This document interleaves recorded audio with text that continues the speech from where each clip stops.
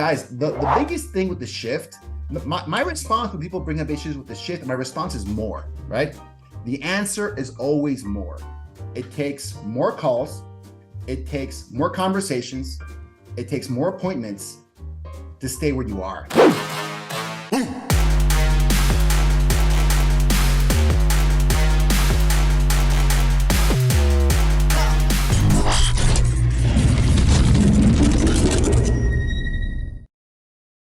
Could be a great one.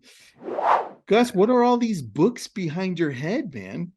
This is my knowledge base right here. Check this out. Check this out. We got that interview pending, man. We got to add one more to the wall. Okay, but I'm waiting for that interview. I'm waiting for that book interview. The definitive deep dive into real estate prospect. I love it. And we can graduate it into the. I already know which one I'm going to replace. I already got this guy over here, back there. This guy. All right. So, I like it. Gotta put yours up there. Gotta put yours up there. Everyone, welcome back. We've got my friend Gus. He runs PowerISA, and we've got Joe, because we're going to be talking about 3 ways that ISAs can help you prospect for sellers. Obviously, everyone's panicking right now, but I don't know why, man. I don't know why people are panicking. It's like, it's a crazy market. And Tristan, the information you put out on a daily basis, it's very helpful to put things into context, right? Either historical context or laying out the data, because there's a lot of information out there that is devoid of evidence, devoid of data, like, passion free of reason, right? So, I mean, it's always useful. I find it useful to take a look at things, because right now, as a country across the whole US, we're still at an inventory crunch, right? I mean, I don't care what people say. We're barely at the halfway point of where we were pre-pandemic. We're barely at that point, 50% plus of where we were only 4 years ago, right? Which I think is, and we were already in a seller's market back then, 100%. Of course, the interest rate situation has been nuts this year. There's a lot of factors, a lot of noise out there. And of course, we couldn't go without saying, there's a certain verdict came down a few days ago that, it's sending shockwaves through the industry. There's a lot of reasons to be focusing on sellers right now. I just mentioned a few. Not enough homes for sale, historically short in inventory. Like, I don't care what you're saying, that's still slow. Yeah. And there's a lot of incentive to really double down and list to last, right? There's a lot of reasons people are doing this. So we want to help people. You're here today. People are here today because they want to find out, okay, great, I get it, Gus, I'm bought in. I want to focus on sellers. How can an ISA help me achieve that, right? You guys came to the right place. But there's 2, I want to start with these 2 really important factors, Tristan. These 2 things can derail any effort you make. They can throw you off if you don't address them. I'm not going to start with the first 3 tips. I'm going to start with these first 2 mini tips. But if you do not address them, you're going to fail. Okay, you're going to fail with these tips for these ISAs. Number 1, and this is the biggest difference with doing calling now versus when I started PowerISA 8 years ago in 2015, and that is this term we love to call spam likely. Okay, spam likely. That is, bar none, the biggest issue you have to tackle. And here's the funny thing. It's not just cold calling. I wish it were only a cold calling issue. I have seen inbound Facebook, Google, Zillow campaigns. ISAs make 200 calls and talk to 2 people in one day. Okay, 200 dials to 200 different leads, and they spoke to 2 people in a single day. That is a spam likely issue. There's a whole, you can go take the deep dive on this. It's a protocol, stir, shaken, and there's the platforms and there's the carriers that are trying to limit. I blame the robocalls, Tristan. I don't know people.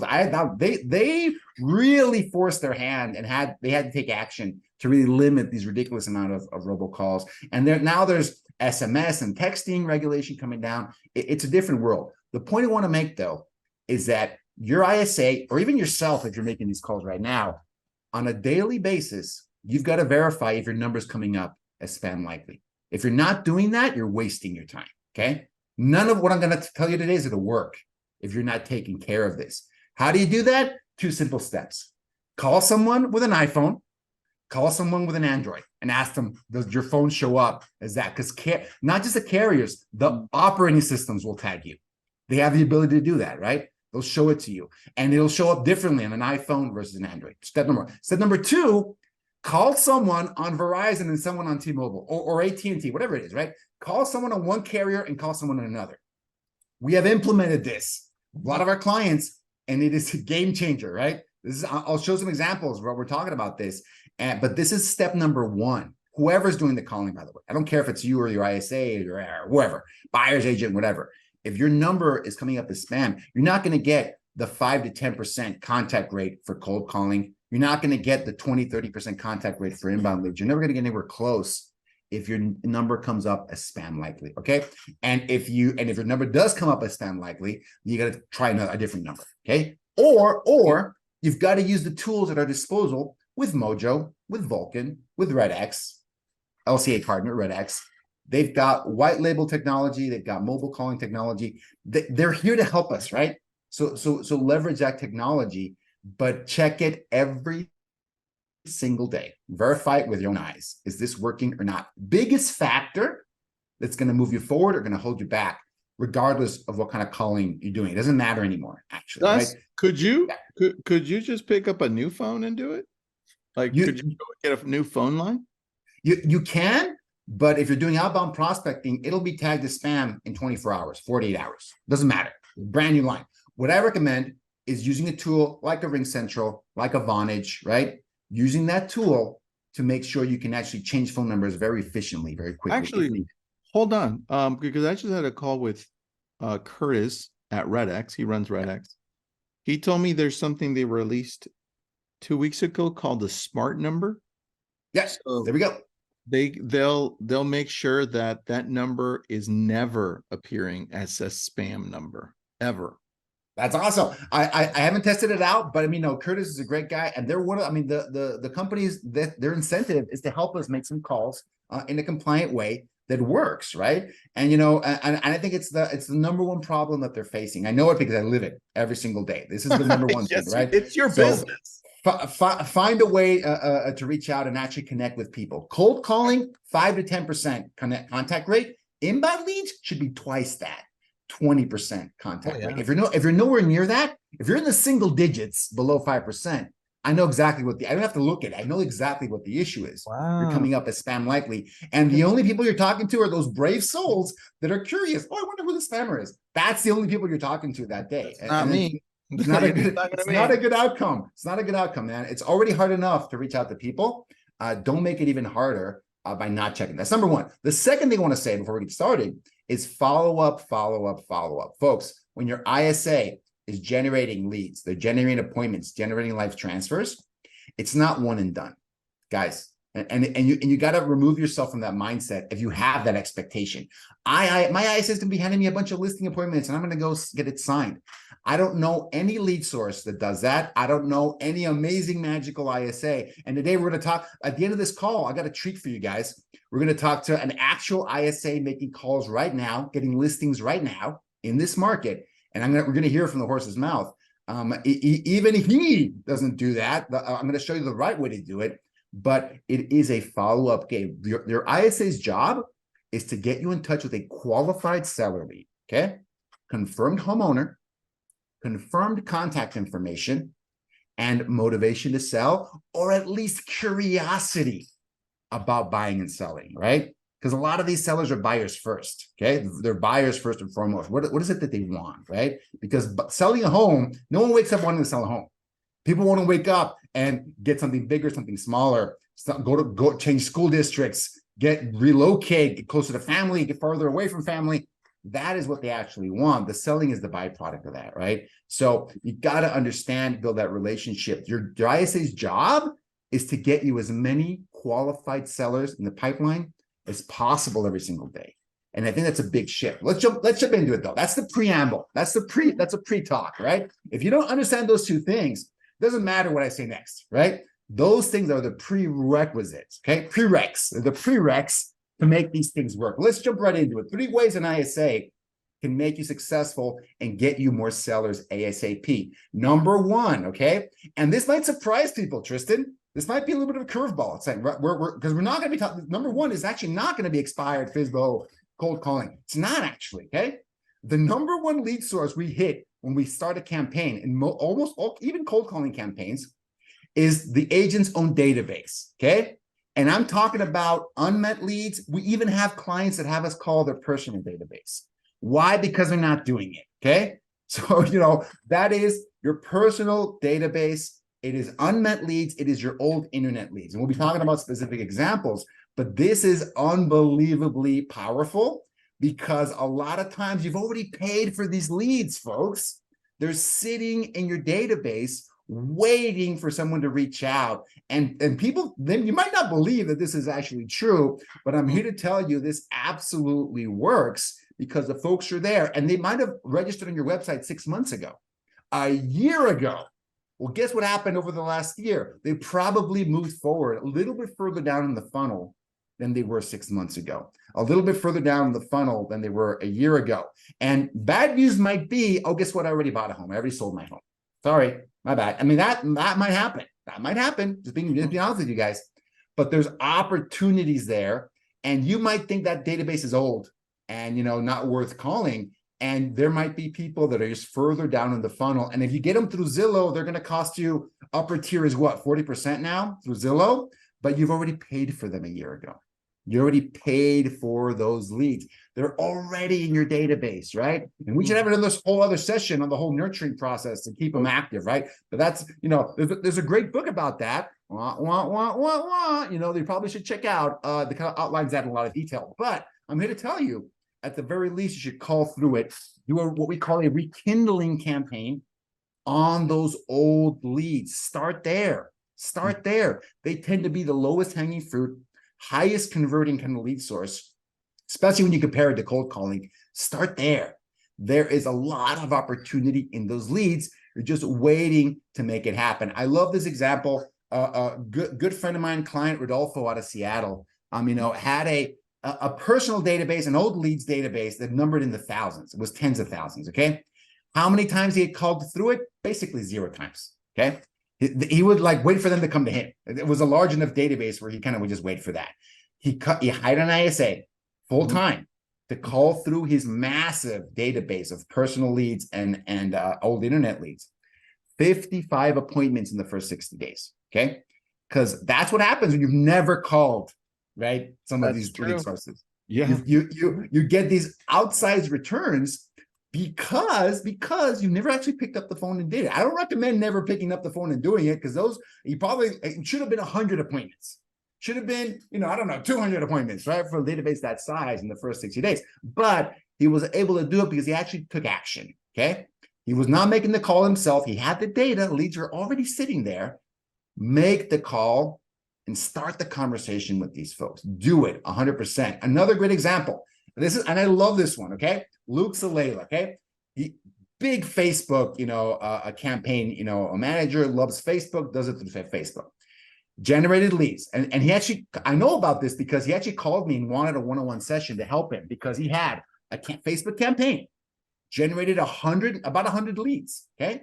And Luke knows his numbers. Luke is a beast. He's hey, and he has an ISA team. He has 3 ISAs working for him. So he knows, he's a guy who knows his numbers, okay? And he said, Gus, running this campaign should be a high converting campaign. Generated over 100 leads. I only got 10 appointments. I'm missing 6 appointments. And what happened? Right? What happened? What's going on? I'm okay, well, let's see. Let's check it out. They talked to about 30 people in that campaign. You don't always talk to everybody the first 30 days. Talk to 30 people. They booked 10 appointments. And there were 20 people they talked to they couldn't convert. You know what ended up getting him his 6 appointments within a week? What? Calling them again. A second time.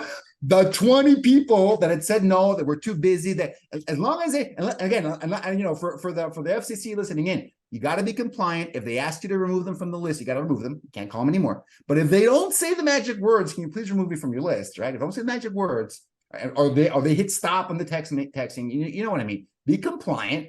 But he was able to call 20 people back 30 days later, different phone number, different ISA. And they got the 6 appointments they were missing. Actually, they got more than that, but they met their goal with the same leads, with the exact same leads. They got them at a better time. So you're saying our magic is inside of our database. We just have to have somebody like Joe call them, and then we have to actually follow up once the connection is done. 100%. Because the best the ISA can do, yeah. That's just too much work for me. I know, right? I know, it's crazy. I know, it's simple, but not easy. But if what you need is more people to talk to, the ISA's job is to make the 200 calls so you can talk to that one person. Look at it that way, Tristan. Look at it that way. All right, saving you 100 calls. Why do we have Joe here? What's he gonna do for us? So Joe's gonna be jumping in. I want Joe to be like the telling it how it is from the trenches, like what is actually working 100%, right? So Joe works with you at PowerISA. He's an ISA. He's an ISA. He's an ISA working for an agent. He's an ISA working for an agent, and he was kind enough, curious enough to jump in and kind of provide like the on the ground info. But I want to get through a couple more the tips. I want to coming in at the end kind of comment on everything. But let me jump into the next one. The next way that an ISA can be killing it for you right now. But I want to add a big caveat to this one, right? And this one is the one you would expect. This is expired. This is FSBO, okay? Expireds and FSBOs, tried and true. They are the highest, they still are the highest converting outbound prospecting lead source. And it's not close, not particularly close, okay? It is the highest converting outbound prospecting lead source. The only thing better than calling it to get now business is probably your personal database is number one. Next one, expired at FSBO. I mean, because they are hand raisers, because they've identified as a motivated seller, right? For a lot of reasons, there's a reason that they are a high converting lead source. But I'm going to reiterate this, okay? When we see campaigns that are killing it with expired and FSBO, and I want to make a super big emphasis here, the ISA is not setting appointments with expireds and FSBOs. They're not sending appointments. And you know, and there's a great testimonial we got right now in October from Manar Seba Real Estate Group out of Detroit. And I love it because they implemented this model to a T.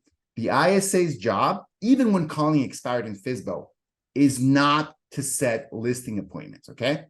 Number one, those can be very unreliable. It takes a different approach, takes a lot more work to set that appointment. What the ISA should do, because these lead sources are so hot, they're so qualified, they convert so well that it has to be an agent conversation that gets them to the finish line, okay? I have not seen it work any other way, Tristan. I have not seen it work where they expect the ISA to hand off a bunch of listing appointments from expired and FSBO, and the agents, I've seen it, and the agents are very frustrated at the end. It's not what they expect. What they should do, like I mentioned earlier, they should qualify that lead.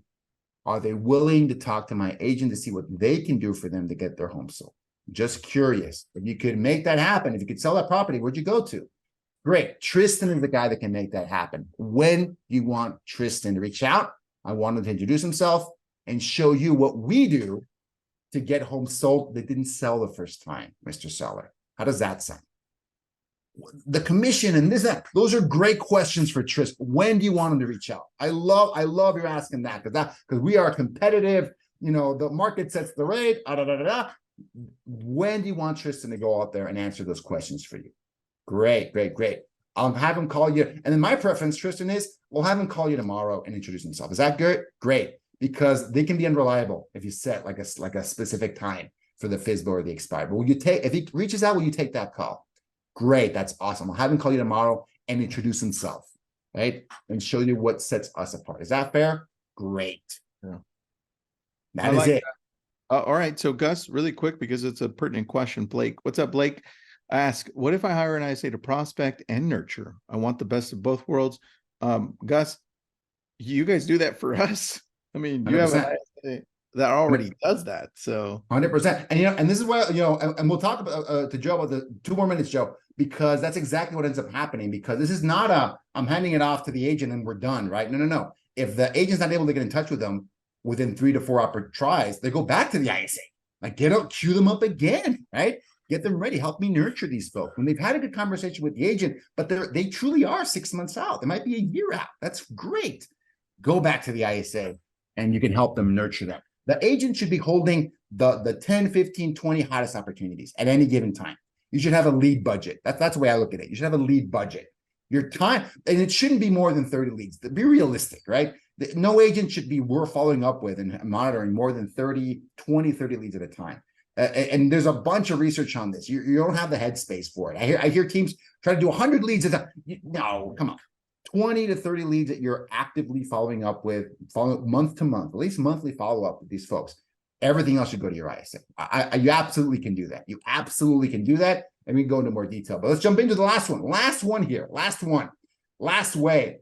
And this is the tried and true, good old Mr. Reliable circle prospecting, folks. Okay. So, but circle prospecting is always a trade-off, right? Circle prospecting is going to generate, if you follow my tips we're talking about today, can generate 1 qualified seller a day, can get 2 qualified sellers a day, right?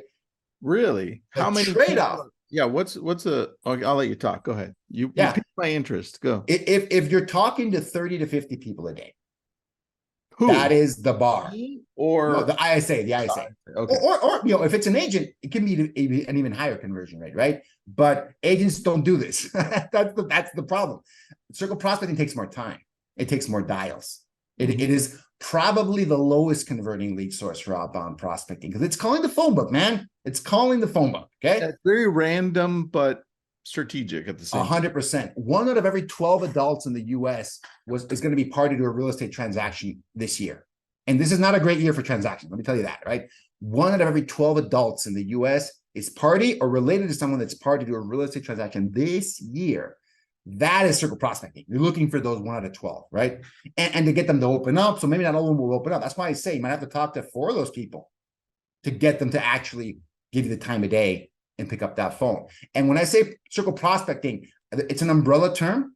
I mean, just sold, one of the highest converting ones of circle. I mean, downsizers, you can generate these lists. Red X, Remind, they generate this list for you. Call them. It's the same script because you don't want to call them saying, I hear you're old and you're finished and I want to sell your home to get you into That's a great script, though. You'd make somebody laugh. You probably could, but I don't recommend it. So you know that, but it's the same script, the circle prospect. I'm putting all those terms under the circle prospect.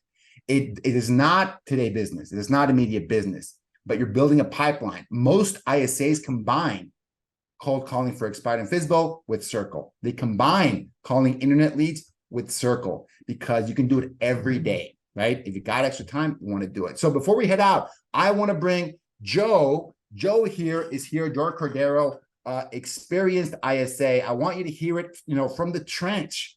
Joe, I mean, you've been doing this for a long time. You're currently, working in Florida area. What's been working for you? And I'm talking about the last 30 days, last 60 days. Let's make it real. Let's get specific. What have you seen working over the last 60 days to get you listings right now in this market, Joe? Go for it. So you actually made some very important statements right there, Gus. And I did exactly what you just said, man. I'm as soon as I jumped on board with my agent, I looked at what was the highest valued things or highest valued leads that we can focus on, because I want to get some now business, not like 3 months or the beginning of the year business. So how I did this was you got to do both. And you got to, but doing one without the other is hard, man. The pain's gonna come eventually. You do one without the other. You got to do both. Yeah, and I mean, in order to get that now business, you just said it, man. Call the database, call the existing leads, call the pond, the sphere of influence, and that's exactly what I did. I started calling the database, which we actually have Follow-Up Boss set up, which is not promoting Follow-Up Boss, but I love the database, because you could fighting words. Tag. Those are fighting words this week. I know. you could tag. I could tag my agent. I could add other collaborators. I could set up tasks and stuff like that. But that's exactly what I did. I called the database. Going off the notes. Folks that we, it's crazy, man, how you said it. Folks that the agent only got in contact once, made one attempt, and didn't get any traction going, but that's exactly what I did. Just call the database, call the existing leads, and within 3 to 4 weeks, we got a listing. We got a listing up straight from just 3 to 4 weeks. But you started with you assess the situation. And go, this is the highest value lead source you got. Did the agent, were they surprised by that, or they're like, oh, this is awesome? Or what did they say? Yeah, they're well, I guess he kind of didn't want to say, that I was the expert, but he said, "Hey, you know what? I'm gonna take your advice." He said, "I'm gonna take your advice and I'm gonna go with what you said."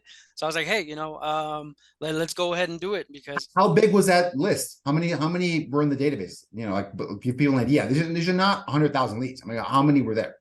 these were 1,000 leads." I mean, that's not, I mean, in the grand scheme of things, it's not that many. It's not that many. And there, like, there was now business hidden inside there you guys are able to get. Okay, that's awesome. But do you remember what the lead source was? What was it, like a Facebook, Google? What was it? The one It you was converted first? Z-Buyer. Are they another LTA partner or no? I forget, man. Yeah, they are. Yes, they are. There you go. Was it a buyer or seller? Was it Z? You remember Z buyer? Seller. Who said those things, don't work? But this is do you know how old this lead was when they registered the first time, or no? You have an idea? It wasn't that old. It was, a couple weeks, not maybe like about 2 months old. 2 months old. I mean, again, the database is there. You've already bought those leads. If you're not giving it, like I said, my other example from Luke, he called them again 30 days later. Called them again. People that had said no. People that had said no, tried it a second time, different number, different caller, and you're able to get a better result. Guys, the biggest thing with the shift, my response when people bring up issues with the shift, my response is more, right? The answer is always more. It takes more calls. It takes more conversations. It takes more appointments to stay where you are. Not forget growth. Growth takes even more than that, but the answer is always more, okay? You were you were a lead receiver. Now you have to lead generate. It takes more calling your database, more conversations, more. The answer is more. And that's just it. That actually happened to me. As I was calling the database, I seen some leads on there that said not interested, but of course, these are old leads, and I didn't just let them just sit there. I was like, all right, a couple months have happened, have passed by. Let me ring him up, let me see what he says. And most agents throw them in the trash bin. Most agents ignore those leads. Oh, this is dead to me. You're in the pond. You're in the swamp. You're this person unqualified. It takes more effort now than it did a year ago, than it did 18 months ago. I love that, Joe. Another one. What else? What was that? What's the other listing you got recently? Give me another one. Another one's hitting up expireds, expireds for sell-by owners. Brand new? How old? A week old, a month old, a year old? How old were those expireds? It was a couple days, no less than a week. But I hit them up as soon as they come in, as soon as they pop up. As soon as they pop up, I'm giving them a call. But I tend to get a little bit more traction like early in the morning, because you want to be like the first person that calls them, because you're calling them later in the afternoon. I hear this a lot. You're the X amount number agent that's called me today, and I'm just like, wow. Well, are you ready to pick 100%. The right one? I gotta have. So it all works. The answer is, you got to be trying more things. The answer is more. The answer is more calls, more conversations. The answer to everything we're going to shift is that, folks. And that's what I want to end it. That's kind of the end of it. Go. Yeah, Tristan. Last question. Can we hire a part-time ISA? Is that an option? 100% yes. However, to work with Power, I mean, maybe you can hire it anywhere you want, but if you work with PowerISA, we'll take on a part-time campaign if you've got a lead source that you're going to get results with in a part-time campaign. For example, Circle Prospect on a part-time, you're wasting your money. Don't sign up. We won't take it, right? Like, you know what? You're just going to be frustrated. And you're going to hate the life, and you're going to hate Gus, and you're going to hate PowerISA. We won't take those campaigns. If you have a lead source, or we can hook you up with a lead source that can convert with 4 hours a day of calling, oh, absolutely, 100%. You can do it through us. But it's got to make sense with what you're calling. You have to call a higher converting lead source than, say, Circle Prospecting. That's not going to work in a 4 hour a day program. Cool. I like it, dude. Joe, love it. Really good to meet you. Gus, can I just hire Joe through you guys? Well, he's taken for the moment. Oh, that's funny. Blake said the same thing. For the right price, but we can get you someone like Joe, qualified, right, to make those calls And Joe learned everything he knows from us, right? Just working with us and training with us and everything. So we can get you Gus is someone my mentor. at that level. So there you go. Now look, Blake and I were the only ones that said it, but people were thinking it. So. 100%, 100%.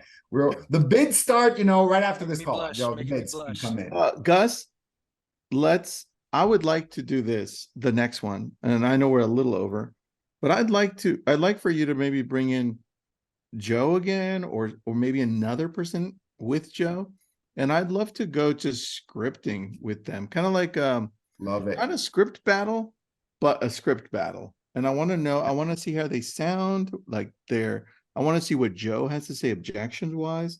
I think that would impress me, and I'd be like, well, damn, I feel like I can have you call my leads, because I think the biggest factor is we don't know as agents what we don't know. We don't know that Joe can handle it. But obviously when he just scripted, I'm like, oh, Joe can handle it. I want to hire him. 100%. So 100%. I love it. Let's do it. all right, that's our next one. I'm game. Thanks, buddy. Thank you, Joe. Appreciate you, man. Awesome. Bye, Gus. Thanks, everybody.